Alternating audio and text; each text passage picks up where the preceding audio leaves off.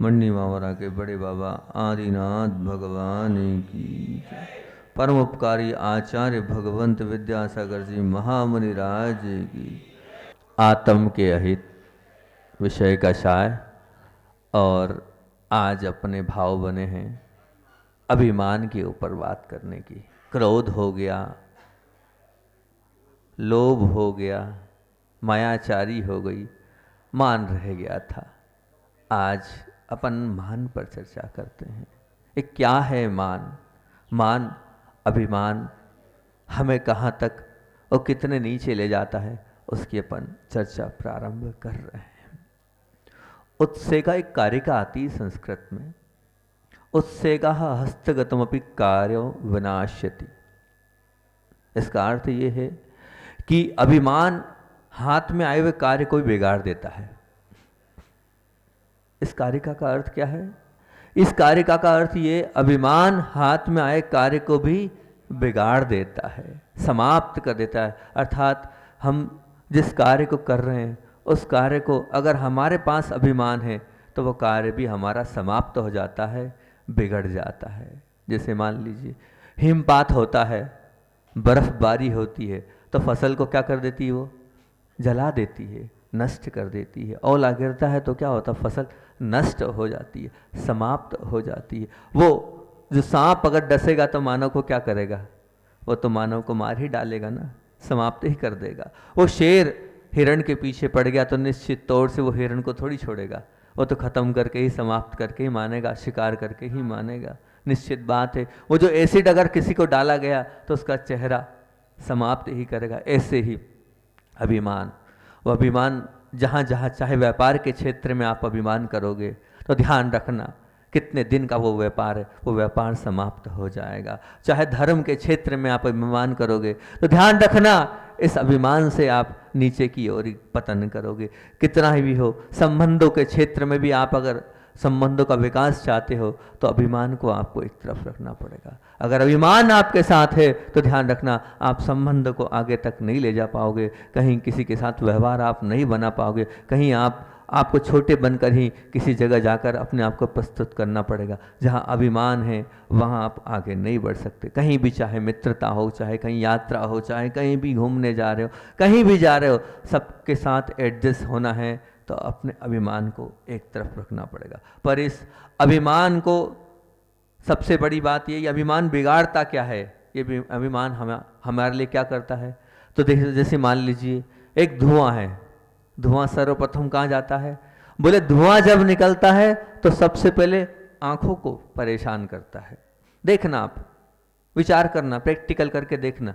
जब धुआं होता है तो सबसे पहले आपको तकलीफ कहाँ होती है? आँखों से पानी निकलना, आंसू निकलना चालू हो जाता है। आप आंखें बंद करना प्रारंभ कर देते हैं। वो धुआं है ही ऐसा कि आपके आंखों को वो परेशान कर देता है वो धुआं।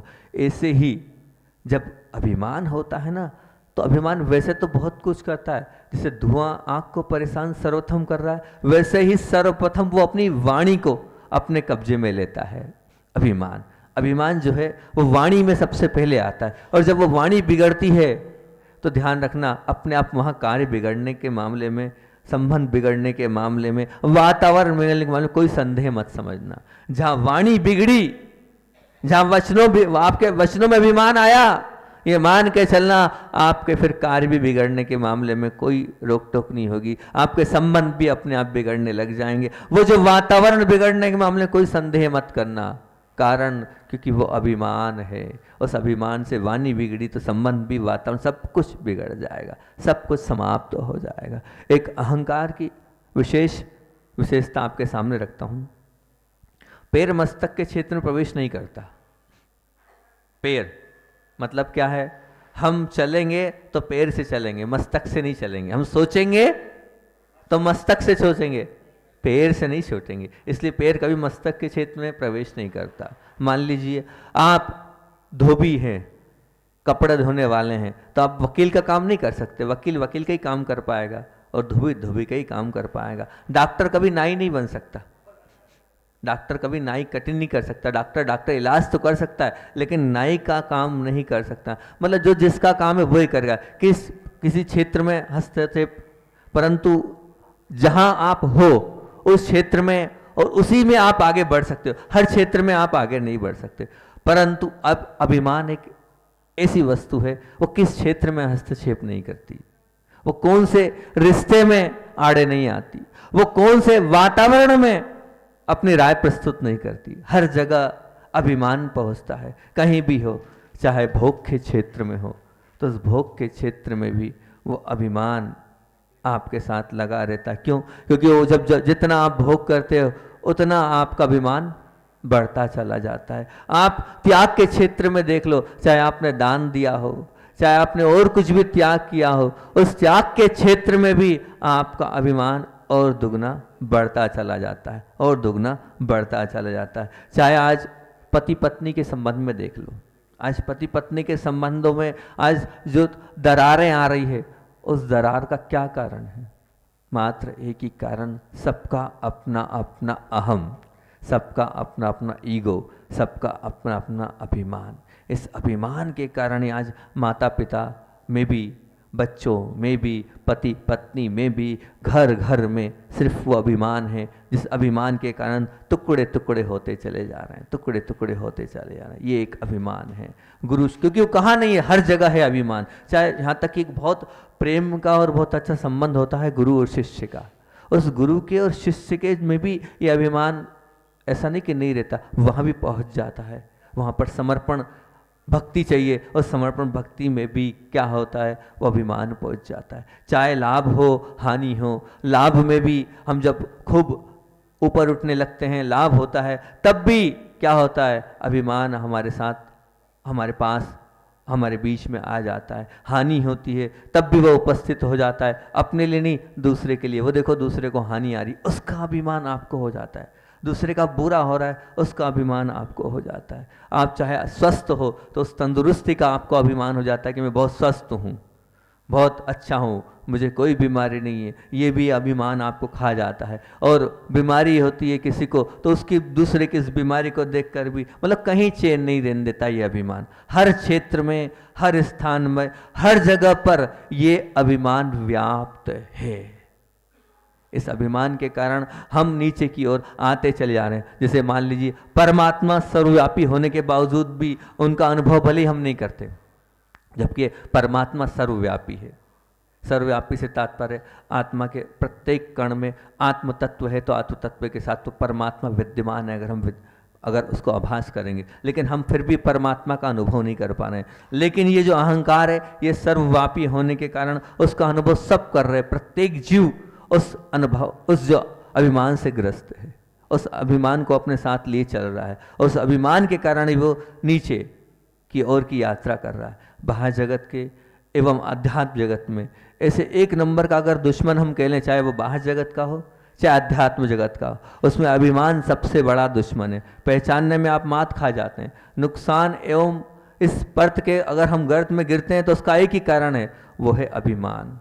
अभिमान को तोड़ना है तो स्वयं की मर्यादाओं को और महापुरुषों की महानताओं को हमें याद रखना है कि पूर्व में वो महान महान पुरुष हुए हैं, जिनके स्वयं के गर्भ नष्ट हुए हैं, जिनका स्वयं का अस्तित्व समाप्त हुआ है। वो युग के आदि में आप याद करो। सबसे पहले आदिनाथ भगवान के सुपुत्र भरत चक्रवर्ती को आप सभी लोग जानते हैं। 6 खंडों पर विजय करके वो जब ऊपर विश्वाजल पर्वत पर अपना नाम अंकित करने पहुंचा और इस अभिमान से पहुंचा कि मैं प्रथम चक्रवर्ती हूँ और मैं नाम पर यहाँ इस पर्वत पर अपना नाम अंकित करने आया हूँ, और वो चाहता था कि मैं शिरोमणि करके अपना नाम अंकित करूँगा। जब वहाँ पहुँचा तो उसका सारा गर्व चूर हो गया, क्योंकि न मालूम पूर्व काल में इस वसुंधरा पर कितने और चक्रवर्ती आए हैं और उन्होंने वो सब 9 निधियां, 14 रत्न, 96,000 रानियों के स्वामी सब हुए, पर सब अपना नाम लिख कर गए। अब वहां पर जगह नहीं है नाम लिखने की। इतना बड़ा, इतनी लंबी यात्रा करी और इतना पूरा सब कुछ 3 लोक को जीता, और जीतने के बाद वहां पर नाम लिखने के लिए स्थान नहीं है। क्या करा बताओ उस व्यक्ति ने? क्या किया पता है ना आपको? क्या किया सब जानते हैं इस चीज को। मिटाना पड़ा और फिर उसके बाद नाम लिखना पड़ा। मतलब इतने पूर्व में चक्रवर्ती हो गए, उन सब का गर्व नहीं रहा। सोचो आप, मिटाकर नाम लिख के आना पड़ा, तब कहीं जाके नाम लिखाया। फिर बताओ गर्व किस पर कर रहे हो? गर्व क्या है?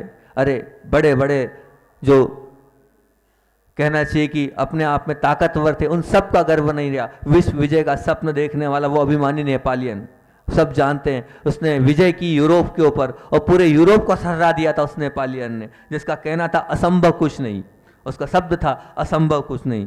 जहां पहुंचता था वो विजय उसके हाथ लगती थी, लेकिन क्या हुआ अंत उसका भी, इतना ताकतवर होने के बाद भी वो उसकी मौत हो गई और सड़ सड़ कर वो मरा है वहां पर टापू पर, समुद्री टापू पर। ये स्थिति है। वो मदांध जिसको कहना चाहिए कि मुसोलिनी, जो आपको जानते होंगे, पूरा मानव था लेकिन दानव बन गया था। अपनी वायुसेना के माध्यम से उसे बड़ा गर्व था, और वो बड़ा गर्व था तो जो छोटा सा वो देश था बाजू का अबिसिनिया, उस पर विषैली गैस छोड़ छोड़कर और वहाँ मनुष्य को तड़पा तड़पा कर मारता था और उसे आनंद आता था। लेकिन अंत उसका क्या हुआ? जो सब कुछ आता था कि मैं पूरी दुनिया पर विजय प्राप्त करूंगा, पर क्या प्राप्त कर पाया? अंतो गत्वा फांसी दे दी गई उसे और मर गया वो हिटलर जिसका नाम प्रसिद्ध है, एक हाथ में हथकड़ी और दूसरे हाथ में बम लेकर चलने वाला, उसने चुनौती दी थी कि मैं पूरे विश्व पर अपना अधिकार जमाऊंगा। पर क्या उसने अधिकार, फिर क्या हुआ? कर पाया? वो सब कुछ करने के बाद भी उसका अंत क्या हुआ? टुकड़े टुकड़े कर दिए उस जर्मनी के। लेकिन बाद में क्या हुआ उस हिटलर का? उसके भी टुकड़े टुकड़े हो गए, उसका वो गर्व भी समाप्त हो गया, सब कुछ समाप्त हो गया। तो जो जिसने अपनी ताकत पे गर्व किया है, जिसने अपनी अभिमान किया है, ध्यान रखना उनका अंत आप देख लेना, उनका अंत कभी भी अच्छा नहीं हुआ है। उनका अंत हमेशा इस प्रकार से विभत्स मरण उन लोगों ने किया है अपने जीवन में, जिनने भी अभिमान किया, चाहे संपदा का अभिमान हो, चाहे जिसका अभिमान हो। आपको हो सकता है कि बहुत बड़ी संपदा है, उसका आपके पास अभिमान है, सैकड़ों एकड़ों की जमीन हो और बहुत सारी दुकानें हो, मकान हो, और जितना भी आपका, जितने भी आपकी जो एम्पायर हो, सब बहुत बड़ा हो, उसका अभिमान हो सकता है। लेकिन ध्यान रखना कोई काम का नहीं है। एक संत के पास एक जमींदार पहुंचे और जमींदार ने बड़े ही उससे कहा कि ये जहाँ तक आपकी निगाह जा रही है ना,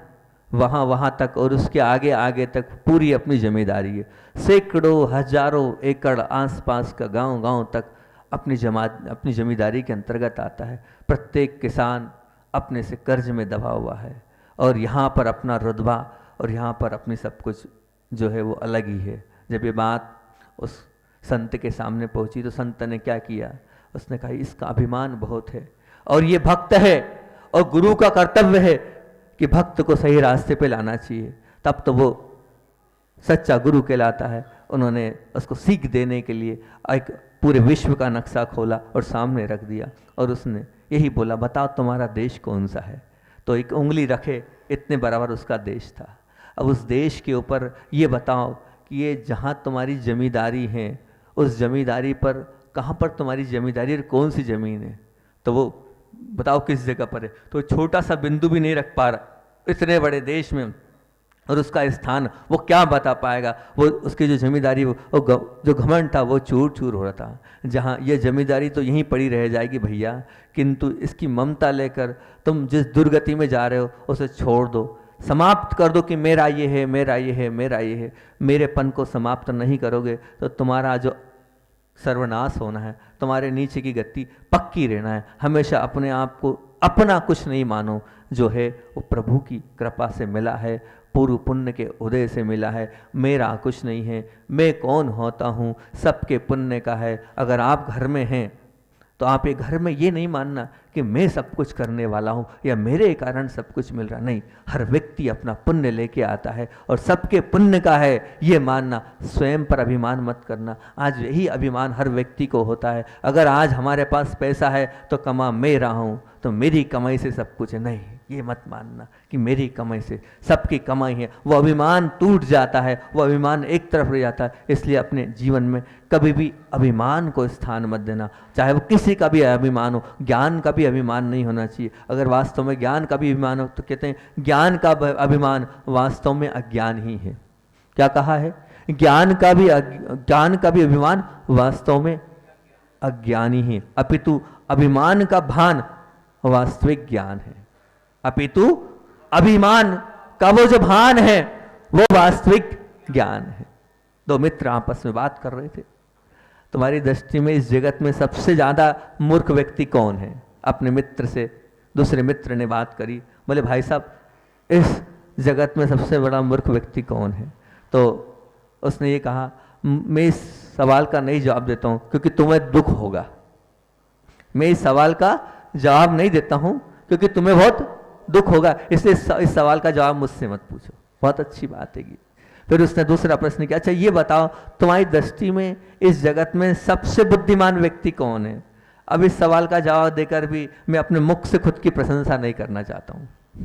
इस सवाल का जवाब देकर भी मैं खुद अपने मुख से अपनी प्रशंसा नहीं करना चाहता हूँ, इसलिए इसको यहीं समाप्त कर दो तो बहुत अच्छा रहेगा, बहुत बढ़िया रहेगा, ऐसा उन्होंने कहा। जब ऐसा कहा तो आप समझ जाओ हर व्यक्ति क्या है, अभिमान से है कि मैं बुद्धिमान हूँ और सामने वाला जो है उसके पास बुद्धि ही नहीं है।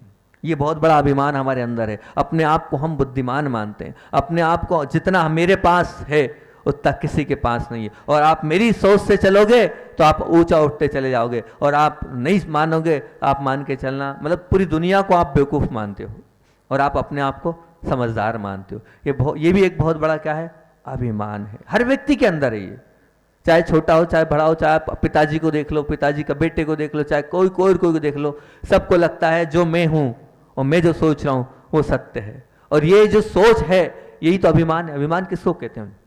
इसी को तो अभिमान कहते हैं जो अपने आप को समझदार मानकर दूसरों को सबको बेवकूफ मानता है, दूसरों को मानता है कि बुद्धि ही नहीं है।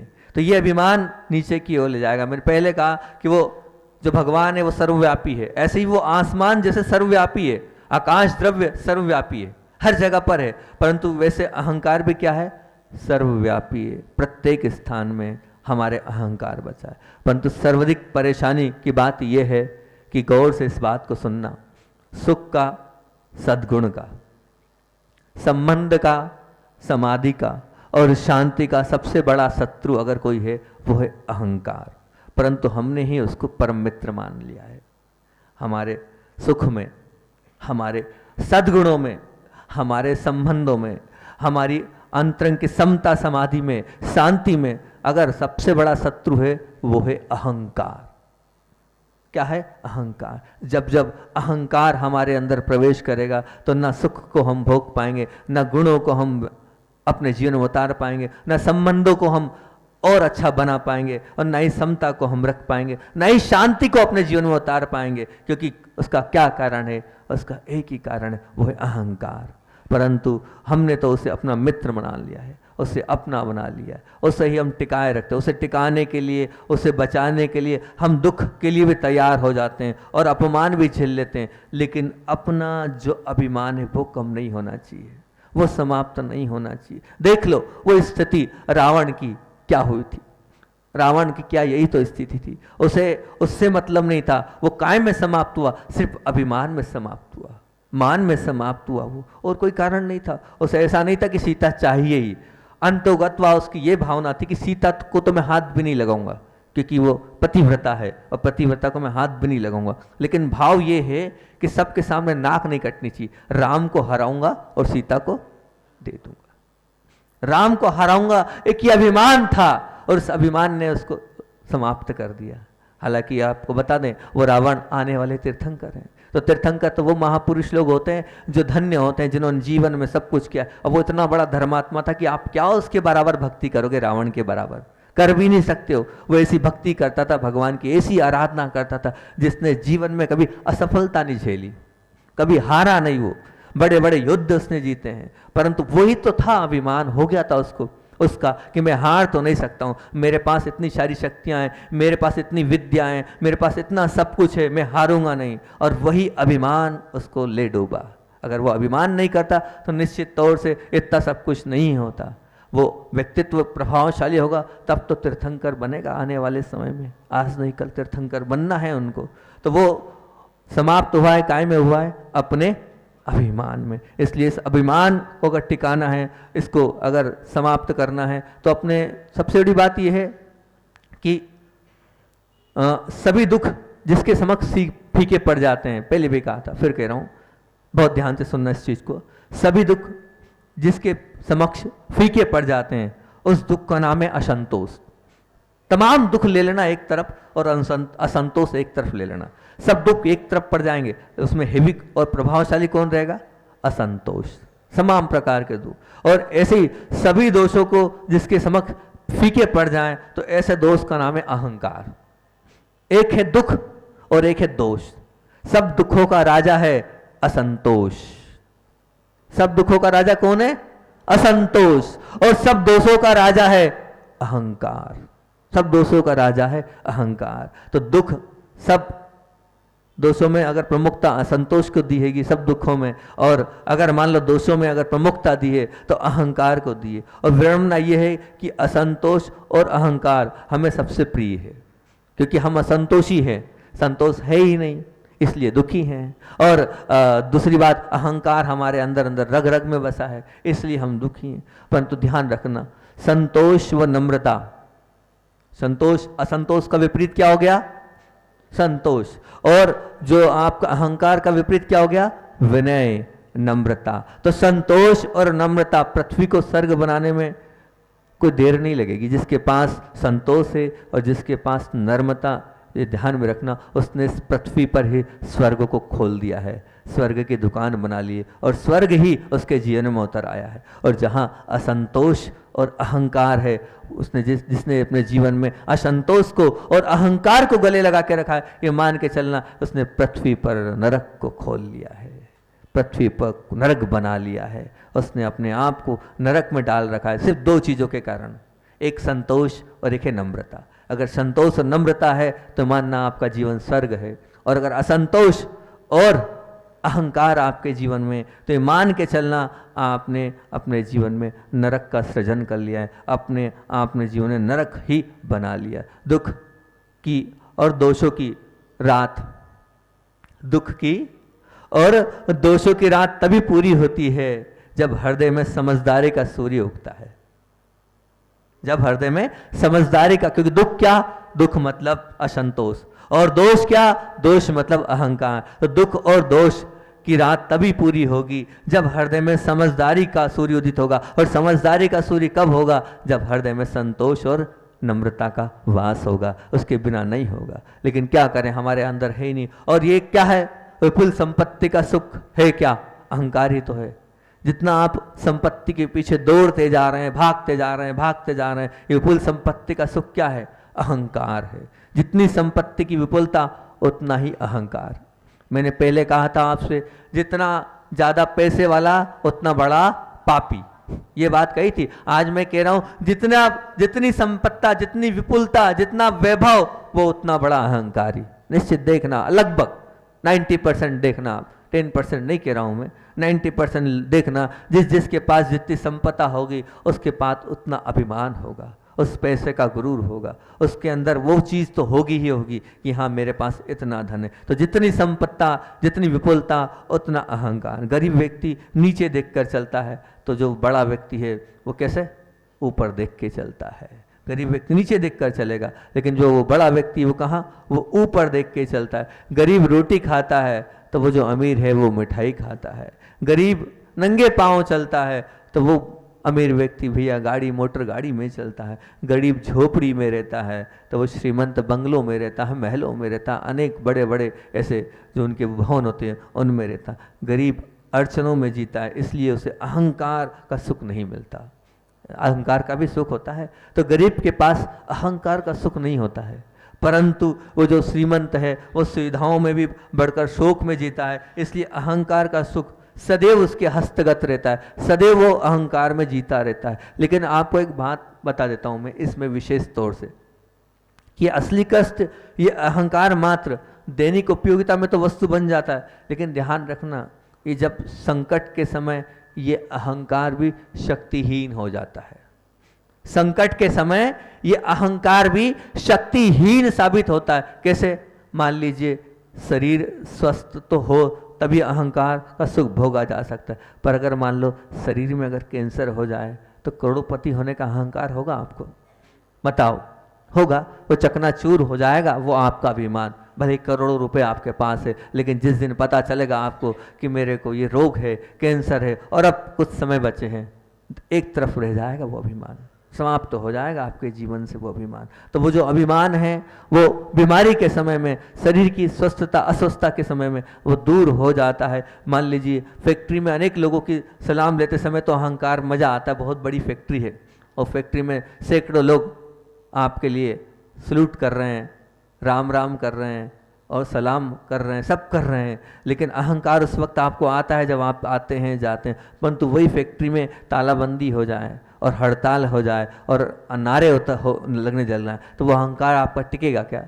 नहीं टिकेगा। उस कष्ट में तो शायद अहंकार आपका नहीं टिकेगा। सफलता के समाचार में तो अहंकार पुष्ट होता जाता है, परंतु जब आप जीवन में असफलता ही असफलता प्राप्त करोगे तो अहंकार आएगा आपके जीवन में नहीं। वो किस काम का अहंकार? मोटर में बैठते समय अहंकार गुदगुदी करता है कि हाँ बहुत बड़ी गाड़ी है, वो कौन कौन सी नई नई आजकल गाड़ियाँ चली है, कौन कौन सी है वो गाड़ियाँ, नाम तो याद नहीं है, बड़ी बड़ी जो बहुत महंगी महंगी आती है, वो गाड़ियों में बैठते समय तो आपको लगता है कि हाँ हम बहुत उन गाड़ियों में बैठे हैं। कौन सी गाड़ी है? BMW, अच्छा BMW, अच्छा ऐसी लाखों करोड़ों की आती है, उसमें बैठते वक्त बड़े अंदर से लगता होगा हम इसमें बैठे हैं, इसमें बैठे। और मान लो कहीं वही गाड़ी से एक्सीडेंट हो जाए और हड्डियाँ टूट जाए और हड्डी टूटने के बाद 6 महीने के लिए प्लास्टर पे बैठ जाए, तो बड़ा अहंकार होगा क्या? वही गाड़ी थी 40-50 लाख की, 1 करोड़ की, 2 करोड़ की, जितने की भी आती है, उस गाड़ी पर बड़ा है। वही गाड़ी से एक्सीडेंट हो जाए तो क्या होगा बताओ? वो धरा रह जाएगा आपका अभिमान, वहीं के वहीं आप कहोगे कि अरे शांति से, वो अभिमान चकनाचूर हो जाएगा। कब चकनाचूर होगा? उस वक्त चकनाचूर होगा जब वो कष्ट में आप आ जाएंगे, एक्सीडेंट हो जाएंगे। कदाचित पुण्य जोरदार हो तो सब संभव है, लेकिन धंधे में कभी मंदी, स्वजन अपने वालों ने मर्यादा तोड़ दी हो, जो अपने ही वाले थे ऐसे पार्टनर लोग हैं वो बेवफा निकले हो, मित्र ने मान लो विश्वासघात कर दिया हो, पैसे कभी डूब गए हो, दुर्घटना में आपके साथ गड़बड़ हो गया, तो अच्छे अच्छे लोगों के जीवन में भी इस प्रकार की नाजुक स्थितियां आती है, इस प्रकार की परिस्थितियां आती, उनका सब अभिमान गल जाता है। वो अभिमान 2 जगह गलता है, एक बीमारी के समय और एक मृत्यु के समय। जब बीमारी होती है तब, और जब मृत्यु होती तब। जब बीमारी होती है, मान लो कैंसर आ गया, हृदय घात आ गया, अल्सर हो गया, रक्त ब्लड प्रेशर बढ़ा हो गया, थायराइड हो गया, रक्त आपको ब्रेन हेमरेज हो गया है, वो जो माइग्रेन जैसी महान बीमारी हो गई, अपेंडिक्स हो गया, फ्रैक्चर हो गया, और भी ऐसी ऐसी अनेक अनेक बीमारियां। ये जब बीमारियां आपके पास आती है तो जितना अभिमान है वो सब आपका अभिमान समाप्त हो जाएगा। बीमारी विपुल संपत्ति है, लेकिन वो विपुल संपत्ति बीमारी में कुछ भी अहंकार किसी काम का नहीं है। वो जब मृत्यु सामने आती है तो वो हंसता हंसते चेहरा भी आपका कैसा रहेगा? अब क्या होगा मेरा इतने सारे सेटअप का, कौन संभालेगा, कौन इन सबको देखेगा? सब वो जो विचारधारा है करोड़पति की, वो सारी पीड़ा में बदल जाती है और उसे अफसोस होता है कि अब मैं क्या करूँगा, कहाँ जाऊँगा। वो बेचैनी, वो तड़पन से वो पार नहीं पाता है, और उस अहंकार उस समय नपुंसकता के सतत, वो जो अहंकार है क्या है, नपुंसक बन जाता है, कुछ नहीं कर पाता है, वो सब कुछ विपुल संपत्ति भी एक तरफ रह जाती है। तो ये मान के चलो कि अगर मान लो कहीं आपके जीवन में ऐसा अफसोस हो गया, ऐसी घटना आपके जीवन में घट गई, तो क्यों आप ऐसा अभिमान कर रहे हो? ये मान के चलना कि अगर मान लो कोई बीमारी हो गई, तो कोई दुर्घटना घट गई, तो क्यों आप अपनी बुद्धि पर, क्यों आप अपने शरीर पर, क्यों आप अपनी संपदा पर अभिमान कर रहे हो? मत करो अभिमान। अगर अपना भला करना चाहते हो, अपना अच्छा करना चाहते हो, अपने जीवन को ऊंचा उठाना चाहते हो, तो ध्यान रखना अभिमान मत करना, क्योंकि अभिमान किसी का नहीं रहा है। जब रावण का अभिमान समाप्त हो गया है, सोचो वो चक्रवर्ती, भरत चक्रवर्ती का अभिमान समाप्त हो गया, वो नेपालेन का अभिमान समाप्त हो गया, वो हिटलर का अभिमान समाप्त हो गया, अच्छे अच्छे बड़े बड़े दिग्गज जिनने दुनिया को नाक में दम करा था, उनका अभिमान समाप्त हो गया। तो आप किस खेत की मूली हो? क्या है आपके पास और क्या आप साथ ले जाने वाले हो? ध्यान रखना, इस शरीर के ऊपर अभिमान, इस बुद्धि के ऊपर अभिमान, इस धन के ऊपर अभिमान, जिन जिन ने क्या है उनका अंत गतवा, जो अंत हुआ है वो उनका अंत हमेशा बुरा ही हुआ है, उनका सर्वनाश ही हुआ है। तो अपने जीवन में इस चीज़ को, किस चीज़ को, अभिमान को समाप्त करने का आप जितना प्रयास करेंगे उतना आपका जीवन उठता चले जाएगा, उठने आप ऊपर उठते चले जाएंगे। तो ये आज अपने अभिमान की प्रमुखता से अपन ने बात करी थी, और आगे अपन इसी को और बढ़ते चलेंगे। विशेष बात आज की फिर से कर लें कि संतोष व नम्रता पृथ्वी में को स्वर्ग बनाने की शक्ति है, परंतु असंतोष और अहंकार वो पृथ्वी में नरक बना सकता है। सभी दुख जिसके समक्ष फीके पड़ जाएं, ऐसा है दुख असंतोष, और सभी दोष जिसके सामने फीके पड़ जाएं वो कौन सा है? वो दोष है अहंकार। इसको ध्यान रखना। फिर मैंने कहा था सुख का, सद्गुण का, संबंध का, समाधि का और शांति का सबसे बड़ा शत्रु कौन है?